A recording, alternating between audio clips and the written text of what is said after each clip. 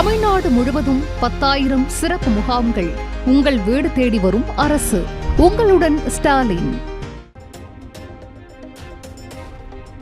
முன்னாள் முதலமைச்சர் கருணாநிதியின் மூத்த மகனான மு.க. முத்து காலமானார்.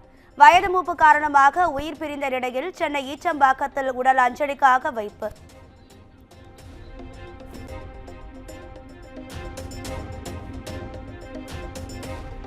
திருவள்ளூரில் 10 வயது சிறுமி பாலியல் வன்கொடுமைக்கு ஆளாக்கப்பட்ட சம்பவம்.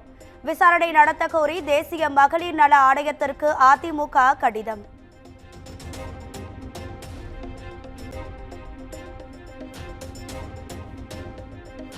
மதுரையில் வரதட்சணை கேட்டு ஆசிரியை கொடுமைப்படுத்திய விவகாரம். பெண்ணின் கணவரும் காவலருமான பூபாலன் கைது.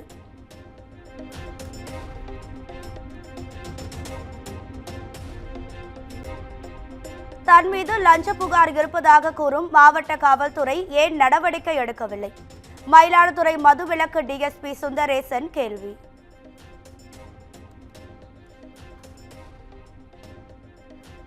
சென்னையில் ஆபரண தங்கத்தின் விலை சவரனுக்கு 480 ரூபாய் உயர்ந்தது. கிராம் 9,170 ரூபாய்க்கும் சவரன் 73,360 ரூபாய்க்கும் விற்பனை.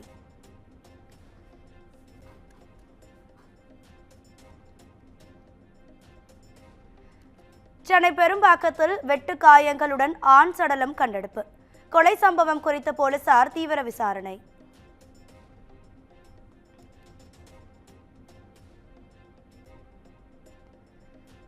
கோவை நீலகிரி மாவட்டங்களில் வருகிற 21ஆம் தேதி மிக கனமழை பெய்யும். திருவள்ளூர், ராணிப்பேட்டை உட்பட 8 மாவட்டங்களில் இன்று கனமழைக்கு வாய்ப்பு என வானிலை ஆய்வு மையம் எச்சரிக்கை.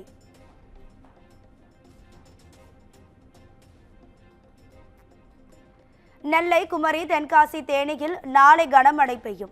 நாளை மறுநாளும் கனமழை பெய்யும் என்றும் வானிலை ஆய்வு மையம் எச்சரிக்கை.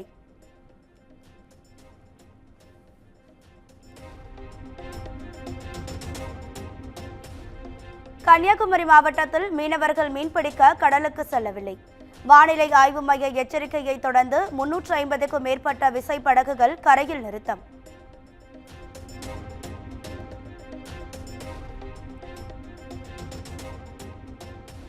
மேற்கு தொடர்ச்சி மலைப்பகுதியில் பெய்த கனமழையால் கடும் வெள்ளப்பெருக்கு.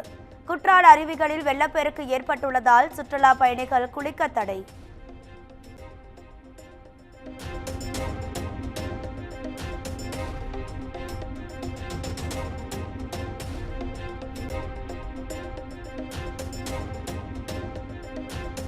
ஒகேனக்கல் காவிரி ஆற்றில் நீர்வரத்து 24,000 கன அடியாக அதிகரிப்பு. நீர்பிடிப்பு பகுதிகளில் பெய்து வரும் மழை காரணமாக காவிரி ஆற்றில் நீர்வரத்து அதிகரித்தது.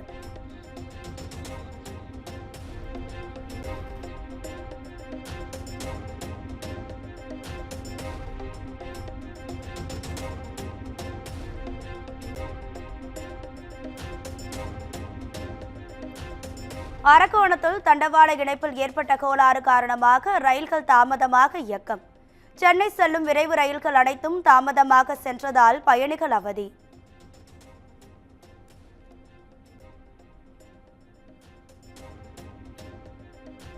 பண்ருட்டி அதிமுக முன்னாள் எம்எல்ஏ சத்யா பன்னீர்செல்வம் வீட்டில் 17 மணி நேரம் சோதனை. லஞ்ச ஒழிப்புத்துறை போலீசாரின் சோதனை நிறைவடைந்த நிலையில் பல முக்கிய ஆவணங்கள் சிக்கியதாக தகவல்.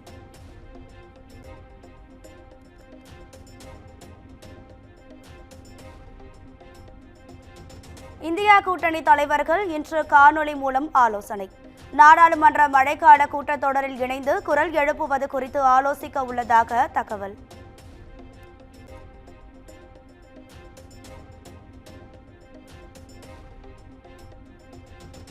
திமுகவின் ஓரணியில் தமிழ்நாடு உறுப்பினர் சேர்க்கைக்கு எதிராக உயர்நீதிமன்ற மதுரை அமர்வில் வழக்கு.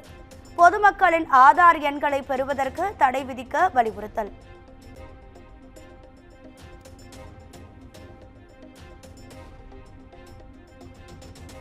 சத்தீஸ்கரில் மாவோயிஸ்டுகள் 6 பேர் சுட்டுக்கொலை. பாதுகாப்பு படையினர் நடத்திய துப்பாக்கி சூட்டில் கொல்லப்பட்டதாக தகவல்.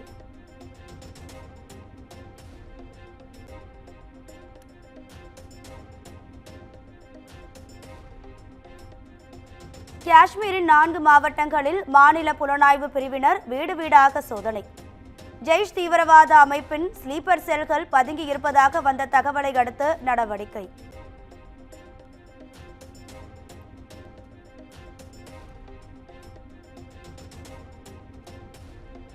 கனமழை வெள்ளப்பெருக்கால் கங்கை நதியின் நீர்மட்டம் உயர்வு. வாரணாசியில் 84 மலைத்தொடர்கள் முழுமையாக நீரில் மூழ்கிவிட்டதாக தகவல்.